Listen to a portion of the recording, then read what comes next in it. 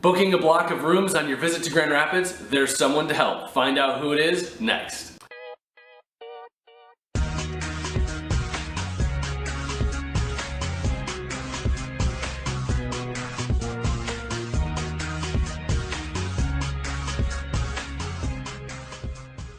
Greetings, Russ, Climie, Tiberius Images, photographer in Grand Rapids. I'm excited for you to meet Dave of Experience Grand Rapids today. Experience Grand Rapids is the organization that's tasked with marketing the greater Grand Rapids area across the country, across the world for that matter, with the intention of bringing more conventions, visitors, and events back to the place that we call home. Dave is the person at Experience Grand Rapids that's responsible for helping smaller groups, such as weddings, find the best hotel options and other activities as they make their plans for coming to Grand Rapids. So it was only natural for he and I to sit down and talk about how that process works, and at the same time, some of his favorite spots and things to do in the West Michigan area. I highly recommend you check out the entirety of the interview and enjoy. I'm really excited to have you here today and be able to talk about a whole bunch of stuff that Experience Grand Rapids does. And you know, as we were talking kind of before the interview, you know, you've been there a few years, and I would love for you to explain to the world, you know, what Experience Grand Rapids, first of all, is as an organization here in West Michigan. Because a lot of people hear that name, but they don't necessarily know exactly what you guys do, because a lot of your efforts, from my understanding, is outside the Grand Rapids area. Yeah, so Experience Grand Rapids is the Destination Marketing Organization, or DMO. It's, you know, previously, and most major markets have one of these. Sometimes they're part of the Convention and Visitors Bureau, or the CVB. It really means the same thing. But essentially what we do is we market Grand Rapids and Kent County as the preferred visitor destination, as a preferred visitor destination. So our goal every day is to make Grand Rapids a place where people want to visit. Super. And what is your role specifically? Because I'm assuming that's a pretty broad definition. So yeah, what do you do specifically within the organization? Yeah, so our organization is comprised of a lot of different parts, but the two parts, especially towards the public, are really the marketing arm and the sales arm. Our marketing arm focuses on kind of enhancing a lot of our messages, and we work very well together, but I think the marketing tends to lean more towards destination branding and leisure travelers. We do meeting blogs and things like that of why you'd want to bring your group here, but a lot of times those bringing in groups and conferences and conventions falls to the sales team, and so those large groups are kind of on the sales arm. So my role is on the sales team, although we work very closely, this obviously being an example of a marketing type event that a salesperson is doing. So obviously we work together on both missions, but I'm on the sales team. We have 3 convention services managers, 3 event team members, and then we also have 5 sales managers and our vice president, Tom Bennett. And so there's the 6 of us on the kind of the sales side of it. And then we have different markets. So 3 of them are national sales managers, which means that they have kind of markets, you know, whether it's medical or technology or education, that are kind of divided up among the entire country. And if that group falls into that category, that salesperson handles it. And then there's one manager that primarily just deals with all markets, but anything within the state of Michigan, because a ton of our business comes from the state of Michigan. And then I was brought in the end of 2015, beginning of 2016, so not quite 2 years. And I was brought in to focus on kind of specialty, so my title is Specialty Market Sales Manager. But what that meant when they hired me was they wanted me to handle the group tour market, which is when you get 55 motor coaches, or 55 seniors on a motor coach, and they drive up to Mackinac Island. Like, what is this bus doing in downtown Grand Rapids? Right? Well, you know, a lot of times they you know, there are groups that, and this is a multi-billion-dollar industry across the country, but group tour, they'll go to things like Tulip Time or Mackinac Island, or they'll do a Circle Michigan tour where they'll drive all the way around. And so we work with Pure Michigan and some of the other attractions across the state to build like a 9-day, 8-night tour where they start in Chicago and they drive all the way up, or start in Grand Rapids, hopefully. They drive all the way up, and then they drive out, and then they end up in Detroit and fly out. Or sometimes they drive the whole time. You know, we have clients in Fort Wayne or Toledo, but also like as far out as Texas and California and Maine, and so people will drive for a long time for the right attractions. Yeah. So I was brought in to work with the specialty markets, which was primarily group tour. And when I started, they kind of said, all right, Dave, well, you're also going to handle family reunions and weddings, and when we get that group of craft beer lovers, you know, we'd like to grow that market, or things that have to do with kind of these specialty markets that aren't really using the convention center as much, kind of meeting, what they say is 30 rooms on peak night. Peak night being, you might be there for 4 days, but if the most amount of rooms you need at one of those given days, so say that you had 30 rooms on peak, you had 10 rooms, 20 rooms, 30 rooms, and 30 rooms, it'd be 30 rooms on peak, and it would be 90 rooms total, So those are the size groups that I will deal with. Sure. And primarily, weddings are around that size. And so I asked our leadership, I said, hey, I know like right now, weddings kind of slowed down some of these national sales managers that were working on accounts that were thousands of rooms. I'm like, we want to make sure that we're representing our destination to everyone, and yes, some of these motor coach groups are about the same size as the wedding groups, and they're not bringing the same amount of business, but it's still important that everyone that comes to Kent County has a wonderful experience. So I work primarily with wedding groups to kind of help coach brides and small meeting planners or your family reunion planners. All of them. I help them understand kind of what is a hotel room block, how does that work. People say it's a lot of hand holding, but I just these were things that I was all curious about at one point too, and I don't see it as hand holding. I just see it as helping create a wonderful experience for visitors. Yeah. So. How did you end up at Experience Grand Rapids? I mean, are you from? You're talking a lot about marketing Grand Rapids and West Michigan as a destination, but you're not from here. No, I'm not. No, I'm from Ann Arbor. So, born and raised Ann Arbor, Michigan. Went to school and church and everything in Ann Arbor. Kind of grew up just outside the city. My first job was at the Ann Arbor Eagle Crest Marriott out of high school. I wanted to go to college and started working there to save up some money. Smart man. I know, right? I transferred out to the Courtyard Marriott downtown Grand Rapids in 2012. Worked there for about a year. If you recall correctly, in 2013 there was a flood, which closed that building. It did, yeah. And the nice thing about AHC Hospitality, which is this ownership group of the 3 downtown hotels, is they were able to take all of the employees at the Courtyard and kind of place them at the other properties. So valet went to valet, front desk went to front desk, but they were like, we've got all these people that work at the bistro and do room service. Where should we put them? It was, there's not really a perfect match. A lot of them went to GP Sports, which was kind of a similar restaurant, but for whatever reason, I got put up at Cygnus 27. Fast forward 3 years, I was their marketing intern. I served a lot of, experienced Grand Rapids staff, frankly, wining and dining clients. And I'm like, how do I get that job? Yeah. And now you go to dinner? Like, this is what you're and now I have that job. Yeah, no, not quite. I'm not dining the VIPs yet, but maybe one day. Yeah, for sure. So what is your favorite part? You talk about your role is specifically to take care of groups that are, under 30 rooms for room peaks. And you say that weddings, and obviously, we photograph a lot of weddings, and we've dealt with hundreds of families that have come here doing that. So what services do you offer, and how should a bride or a family of a bride be thinking about a room block when it comes to Kent County? Walk through that process a little bit for me. Before I get too far into what the services I offer, everyone always wants to know, okay, what's the catch? So I'm just going to start with the catch. There is no catch. We are funded by hotel room revenue indirectly. It's a complicated process, but essentially if you're spending $100 on a hotel room or $200 at the JW or something like that, 6% of it's Michigan sales tax, and then there's a portion of it, 4%, that comes to fund our organization. So you guys are literally like, there's no catch. We're gonna get the money from your hotel block, whether or not it's booked through us. Gotcha. So what we do, and obviously that's not why we exist. We exist to make that experience special. So everything that we do for the brides is free, and the way that process works is typically the brides. I say the brides because it's typically the brides, but it's whoever the wedding planner is. Sometimes it's family members, sometimes spouses do it together. A lot of times, in my case, I'm working directly with brides. But what we do is we'll help them, figure out what the best hotel is. So typically, I'll work with different venues around town, and a lot of times when they hear about me because of the downtown market or the Bissell Treehouse or someone that is like a non-hotel meeting space sent them my way. And I'll say, all right, well, how many out-of-town guests are you inviting or anticipating? And then they usually give me a number, and then I usually say, okay, cut that number in half, because that's how many are actually going to be able to come, and or a lot of times spouses are sharing rooms, whatever. So that's the number of rooms you need.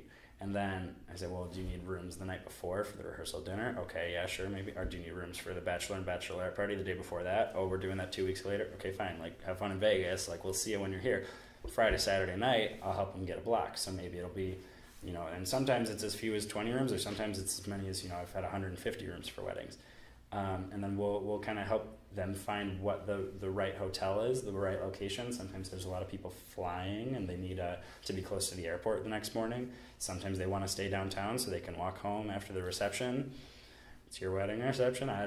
So I basically start by asking qualifying questions. Where's the wedding going to be? What are you looking for? How much money do you feel like you want to spend? What time of year is it going to be? And then, it's pretty typical. Pretty typically when they approach me, they say, this is the venue I'm at. We're looking for a budget-friendly option and a fun, downtown option. Then I'll say, all right, every hotel in Kent County, I need 30 rooms one night, 60 rooms the next night. They're willing to split it up and do 15 and 30. If you could just respond back to me. And so what I do is I have all the hotels. They all have the opportunity to respond back. Typically, the majority of them do. Whether or not they have the availability is another question. But then I take all their rates, I take their comments, I take their contact information, and sometimes they include proposals. I'll kind of bundle that all together and I'll give it to the bride. So basically, the first time they call me, I say, how many guests? They say 100. I say, we'll need 50 rooms. I'll talk to you in a week. A week later, I say, these are the 12 hotels that have the availability. These are the 12 rates that they're willing to offer, their locations, who you need to talk to. Then they reach directly out to the sales manager. The sales manager helps them, kind of figure out, okay, do you have brunch nearby? Oh, you wanted an on-site restaurant? Oh, you wanted breakfast included? Whatever. And then as they can figure that out with the sales managers, transportation to and from the airport, to and from the reception, whatever that may look like. Then they'll usually hold a block of rooms, and then at that point they'll kind of come back and say, Dave, we're at the DoubleTree by Hilton over up by the airport. I say, great. Then I go over to the DoubleTree and say, this is your group coming in. And then, sometimes every hotel room in Kent County has our visitor guide on it, but sometimes in the hotel rooms. And a lot of our resources are at like the front desk of every hotel. But sometimes people want to have that for like gift bags that they give out, say at the rehearsal dinner. So frequently we'll give away gift bags, stuffers, if you will. Sure, so visitor guides, swag that can go in. Sometimes swag. We did. I won't say what we used to do. We did luggage tags and stuff like that. Whether or not that's what someone was looking for, Sure. But a lot of times visitor information to help make these out of towners experience better. Yeah, and it sounds like that. I mean, just so you guys, in case you didn't hear, like he said, all of the hotels in Kent County. So like one phone call to you allows the bride to have access to everyone. Yeah, we've got about 50 hotels. I would say about 30 of them are actively pursuing weddings as pieces of business that they're interested in. And then at the same time, they have a great experience. They get the budget-friendly hotel, and they get the fun hotel, and they got that worked out. And then all of a sudden, they can turn back to you, it sounds like, and say, okay, well, I've got guests coming in on Thursday night, and they're going to be at the hotel. They need something to do on Friday, and that's where your experience and have you heard of the Frederick Meyer Gardens? No, yeah, exactly. I know. So Meyer Gardens is obviously a go-to, but you have all those resources, and you guys have a fantastic website as well. I was just on there today, just kind of clicking around. Like, you guys have so much content on there. Sometimes it would be great to have a guide, which is really what you become. For folks that are coming into town, because I know for us, we've had over 300 weddings, and a lot of times we'll see couples from Detroit or Chicago that come back here because it is a more budget friendly option compared to those two markets. But I've never, I've done this 13 years. I've never suggested somebody reach out to you guys, and now I will. Yeah, and so that's the thing too, is before they hired me, we were never really like putting ourselves out there that we could be helping, because honestly it is time consuming to try to coach people through what a block is, how that works, because they're not meeting planners by trade. Sometimes they are meeting planners with just a small number of rooms that they need, and they understand the process. But what I understand is now that a good 25% of the blocked rooms that I have every year are wedding groups, because this was a group of basically a neglected group before, not neglected out of like underserved. It was, and we would serve people that would come to us, but we would never sit on video and say contact Experience Grand Rapids, because we had other priorities. Totally, yeah. It was always a prioritization problem. So, but as far as the content, you're completely right. Our website is full of information. We're a content creating machine. You know, You talk guys about are, the two yeah. arms. Yeah, and your the marketing arm. arm, And the sales. yeah. The marketing is there's so much we work with.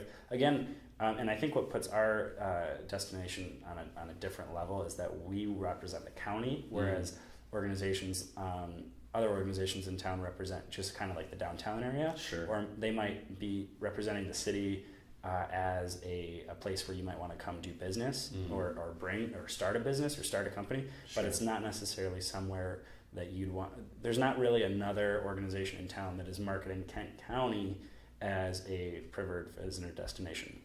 That's everywhere from Craig's Cruisers to the Frederick Meyer Guards, things that are not, in downtown. Yeah. Obviously. Yeah, you go up to Rockford and go on a kayak tour of the Rogue River and totally. go And paddling for a few hours. Yeah, and I'll even work with people, talking about some of the lakeshore stuff that's out of our county, to help make that experience better. Yeah. If you've got someone flying in from France, I'm going to make sure that they see Lake Michigan while they're here. And if you say, what are we going to do Friday morning? I'm saying, you're better going to the lake, right? Like, you're doing the Saugatuck Dune rides, you're doing Grand Haven, you're doing something. That's so funny. We had friends that came in from Pennsylvania for a long weekend, and we wanted to do the lakeshore. And the first thing that popped into our head was, you got to go do dune rides. It's Have you not done the dune rides yet? The dune rides are so good. I've been here for 6 years now, something like that. And I had not done the Saugatuck Dune rides until this summer. What? Because I had heard about this, and I had been, I'd honestly been referring them because I knew what it was, but I hadn't done it myself. I'd been kind of half-heartedly referring people that's an activity on the lake. Do it. It's so good. It's funny. They've got dad jokes for days, and I'm a sucker for dad jokes. But then they also have a ton of history. Have you heard of Singapore, Michigan? No? Then go check out the dune rides. That won't ruin the surprise. Yeah, but for sure. It's pretty cool. It's great. And so, you got, so what do you like best about your job? Obviously you're enthusiastic about it, but I would love to know what are the, the highlights of what you've done. Because for people that are watching this, they may not be in the hospitality or tourism industry. So they're really for you, when they see right now listening to you, that you're kind of pulling the curtain back, behind the curtain of what it is. So what is it? What are the best things about what you do? I had the opportunity when I was a student to interview Dave Engbers over at Founders Brewery, and I asked him that same question. I said, what are the benefits of working for Founders Brewing Company? And I'll pull a quote from Dave. The benefits are just stupid. They're such a cool company to work for. I think what really gets me out of bed every day is that I get to help move the needle. Mm-hmm. This is a small enough community that the work that I'm doing and the work that our organization is doing is actually making impactful change throughout our community. I grew up in Southeast Michigan. I kind of came of age during the recession. It was a rough time to be a resident in the state of Michigan. And a perfect example of why I love what I'm doing is my cousin, my 20-year-old cousin, just called me last week, actually. She said, Dave, I think I want to move to Grand Rapids. And I was like, that's awesome. She's I want to transfer schools. She was kind of floating through a private school and spending a lot of money and time and wasn't sure what her major was. And she's like, I think I just want to take a year off and work and move to Grand Rapids. My little sister is already out here, and she just graduated from Grand Valley. My cousin moved out here, goes to Compass. And now this is another family member that's saying, hey, there's something good happening there. And, I think that Michigan as a whole is really rebounding. I mean, look at what's happening in Detroit. It's wonderful. But I think Grand Rapids in particular is really leading the charge. Forbes just last week, it was this August 17th, said that the Grand Rapids had the fastest growing major economy in the United States over Austin, over Nashville, over, I don't remember everyone else on the list, San Francisco. We had the fastest growth. We grew 4.4% last year as an entire GDP. I mean, it's nuts. I would wholeheartly agree with that. I mean, we've seen. I was taking photos in 2009, 2010, 2011. You got to retake them because they're all out of date. Exactly. Because the skyline's different, businesses are different. So so keep going. Sorry. Yeah, and so the momentum, I think, is in being part of that is, you talked earlier about, rounding out your skill set and being desirable by other places, and having job offers from other cities. And that's something, that's a reality. But guess what? These other cities cannot offer momentum and energy and excitement the way that Grand Rapids can. And the way that I, as a new grad, or and I think that goes all the way up the ladder to the highest levels of leadership in any industry, private sector, public sector, if you think about nonprofit work, every industry has the opportunity to move the needle in Grand Rapids right now. And, I want to make this a place where you want to live, work, and play. And Experience Grand Rapids focuses on my favorite part, the play. Yeah. So, I love helping people figure out what they're going to do for their bachelorette party or their wedding reception or things like that. So what are some of the unique groups you have served? You've been there a couple of years. I would love to know, if you can talk about that. I don't know if you can or not, but... Yeah. Well, one of my favorite groups that came in was the Hophead Beer Tours. What? A guy named Justin. And you've probably heard of, the local beer tour scene where they'll take you on a trolley or they'll take you on a, kind of a regional bout. But this guy, he does this wonderful job. Shameless plug, if you're in Wisconsin, he runs the Hophead Beer Tours in both Wisconsin, or in Madison and in Milwaukee. And he decided that he wanted to do a Circle Lake Michigan tour. And so he, as this craft beer guy, put together an entire trip where they drove around the lake. They went to Chicago, Kalamazoo, Traverse City, Grand Rapids, and came and stopped and did brewery tours and tastings and lined up hotels and everything for this entire Lake Michigan tour. And so being able to work with a craft beer club from Wisconsin actually spurred, my thoughts. And so I actually have been working this year on building a beer itinerary, kind of 3 days, 2 nights. What are you going to do in Grand Rapids with a group of 30 to 50 people from a home brewing club? And then we've been working to put together a home brewers list of kind of every home brewing club in the Great Lakes area, that could drive here. There's about 650 names I've got right now of different clubs. And each one of those 650 clubs? There's 650 clubs that are registered through the Brewers Association as craft beer clubs. Wow. And we're actually going to, with our marketing team, going to the Great American Beer Fest in Denver next month, or in October. And we'll be one of the travel pavilions. And so I'll have the opportunity to reach out to other Hophead Beer Tours, to other, either brewery companies or home brewers that want to travel together and say, look, this is how you would plan a trip. This is how you block rooms. I gotten wonderful success working with weddings and small meetings, but I think that one of the more unique groups, to answer your question, is really that kind of craft beer club and what we have to offer as a community and at the price point that we can offer at is competitive on a national level. Yeah, absolutely. So are there any challenges with what you do? I mean, obviously you're in a position where, your organization as a whole is competing with, if there's 1,000-person convention. Toledo! No, Toledo is a challenge. Toledo is not a challenge. Yeah, exactly. Sorry, Toledo. Yeah. No. But, sorry. We just drove through Toledo last weekend. I can totally see why you would make that probably didn't stop. We did, and it was a huge mistake. It was a huge mistake. My dad's from Toledo, so I dog on it all the time. I've got a lot of family out there. I joke. But 1,000-person convention, or the Quilters were just here. I don't know how many people they had, but it's 8,000 people coming to town or some crazy number. But not quite. But I don't exaggerate at all. But what? So what are the challenges that you see, in terms of, things that go on in the community right now with Experience Grand Rapids, and how are you guys working to solve those? Yeah, we have a couple. Obviously there's challenges on many different levels. There's a lot I can speak to, but I would say that one of the cool things that we do as an organization is we have what's called our comp set or competition set, and it's really I think it's 12 or 14 cities that we compare ourselves to. Okay. What we compare are basically three things: our occupancy percentage of hotel rooms, our average daily rate of hotel rooms, and our revenue per available room, which essentially means for every room that we have in Kent County, how much money we're making per room. Sure. Yeah, so, it allows you to extrapolate out, what kind of revenues the county or the area is going to see. Right.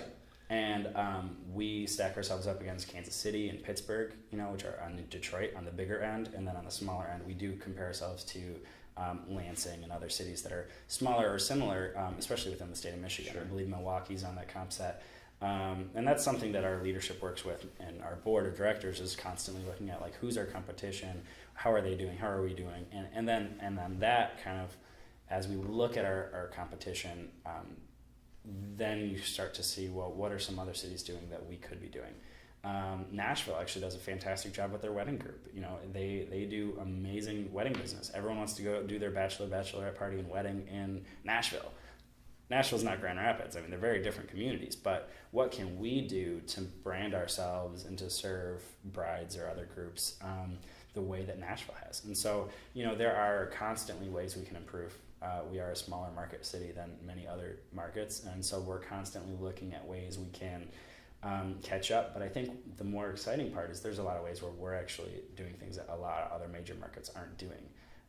Like this craft beer group. Again, going back to that, we're going to be in Denver punching with Portland and with San Diego and Denver and Chicago and some of these other major market cities that are craft beer destinations. And we're going to be, to use our CEO's expression, Doug Small, punching way above our weight class. So we do have a lot of areas for growth and areas to improve, but I think we do really well as a destination when it comes to kind of analyzing what is our competition doing and how can we continue to be competitive. Yeah, for sure. So what are your favorite agendas that you've seen put together? I mean, you talked about craft beer. Like, what are some other things that people should think about? You mentioned Frederick Meyer Gardens. Craft beer is a big thing. Lake Michigan. What are your other favorite things? Obviously, and I think you have a unique perspective because you didn't grow up here. So all of this is kind of learned and experienced on your own. I'm still excited about Gerald Ford. Yeah. As everyone should be. I mean, how many presidential museums are there in the country? I mean, I think there's only like 13 or 14, and we have one of them here. Yeah, a lot of them are libraries. Yeah, it's pretty cool. I think that, I have kind of more general 3-day, 2-night. These are the big hits. Oh yeah, big week, a long weekend. Primarily with those, with my markets, weddings and such. It's pretty clear what our leisure traveling destinations are. It depends. Again, I go back to it depends on what the group is, what they like to do, what the makeup of them is. If they're coming. And these are all questions that you'll ask. Yeah, you just have that conversation. I just had a bride that's bringing an entire side of the family from France. Like, wow. Half of the people in attendance will be from Europe and have never been to Grand Rapids before. You guys have translation services that you offer? I mean, I think a lot of them in France are bilingual. But I wish. We do actually. We have some materials that are being translated into Mandarin for the Frederick Meyer Gardens in particular. That's something that we and the state are really working on to improve. That's something that Travel Michigan, which does the Pure Michigan campaign, has really been championing and taking across. So Mandarin is one language. We translate a lot of our marketing materials into Spanish, so that locally it's important that everyone in Kent County feels like they're included in that conversation. Has access. Access is always a big. It's so important. Talking point. Yeah. So we do that. So not to brush over the translation comment, but when you have someone from France coming over and they haven't been to the United States before, and they did New York City before you or Chicago before you, and then they're coming into Grand Rapids for 3 days, and then they're going to go do the Redwoods or something. Things that they've always wanted to do. It's like, okay, I'm going to make sure that they do our very biggest and best activities. I think Lake Michigan and our natural resources really set aside our destination on a national and international level. There's only one Lake Michigan, and it's pretty cool. As far as my favorite itineraries or agendas of what people do while they're in town, hugely depends on the group. There's a couple things that people kind of don't realize sometimes, and that's our nightlife and our music scene is incredible. After adding the 20 Monroe Live earlier this year, the amount of concerts people can be able to attend. Gary Clark, I'm bringing a group of clients to go see Gary Clark Jr. in next month, and excited about that. But they've also, they're adding about 120 ticketed events every year. Put that in combination with the other 100 plus music venues in Grand Rapids and Kent County, I think our nightlife really does quite well. And again, it's something that people might not necessarily know. So I love being able to work in that nightlife, especially when it comes to those bride and bachelor party, bachelorette party. But beyond that, there's a couple tours that it's bad because once I pick favorites, then I'm being political about it. The Frederick Meyer Gardens is the second most visited attraction in the state of Michigan. Is it really? Yeah, okay. They kick it. They do very well. Friends that have lived in Grand Rapids for a long time, students that I knew. Like I had a friend I went to school with, worked in Grand Rapids afterwards, had never gone there for 5 years, and she just went, and it melted her brain. So she's like, "Why have I not been here for 5 years?" She's okay. She's doing good. She's doing good. Yeah, but she's about to move to California, and it was like one of the things on her bucket list before she moved. And so. So I think that sometimes that's a shame when you have resources like the Gerald Ford Presidential Museum, which I love. Just as a personal side, a wonderful art museum, art scene, art prize. Yeah. My goodness, the Urban Institute for Contemporary Art. as well as the public museum and learning about the history there. So I mean, there's a crew that loves a crew and a crowd as a crowd. Nice.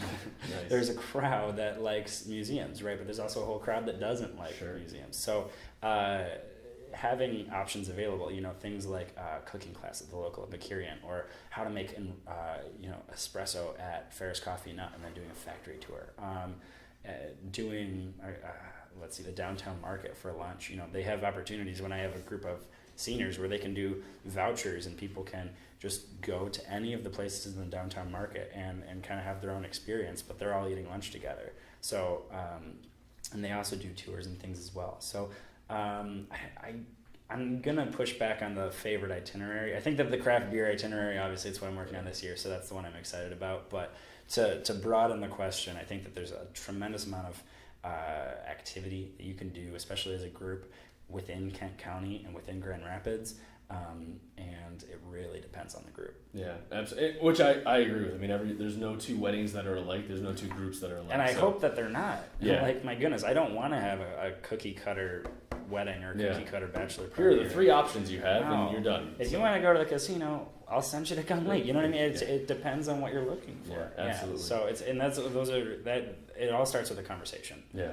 And I can't wait to send people your way to be able to have that conversation. So where can people find you and Experience Grand Rapids online? Is it website, social media? Yep. What is that? The best place to go is experiencegrandrapids.com, and then there's a tab for weddings, and you'll find my contact information there with a little bit more about what we talked about today and how to get a hold of me.